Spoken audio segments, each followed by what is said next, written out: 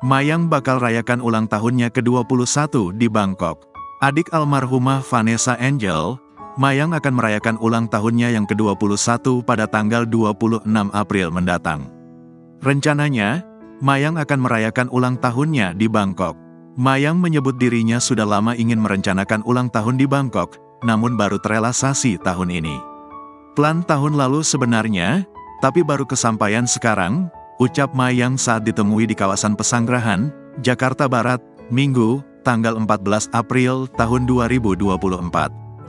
Baru rembukan setelah lebaran, terus kata Tante Indah Bangkok aja, tuturnya. Dodi mengatakan bahwa ke Bangkok merupakan hadiah dari Indah Sari. Ini semua dipersembahkan spesial untuk Mayang. Spesial lah, ini buat Mayang, kata Dodi. Nantinya, Dodi, Mayang dan Indah Sari akan berangkat ke Bangkok pada tanggal 24 April. Kita berangkat TGL tanggal 24 April, pungkasnya.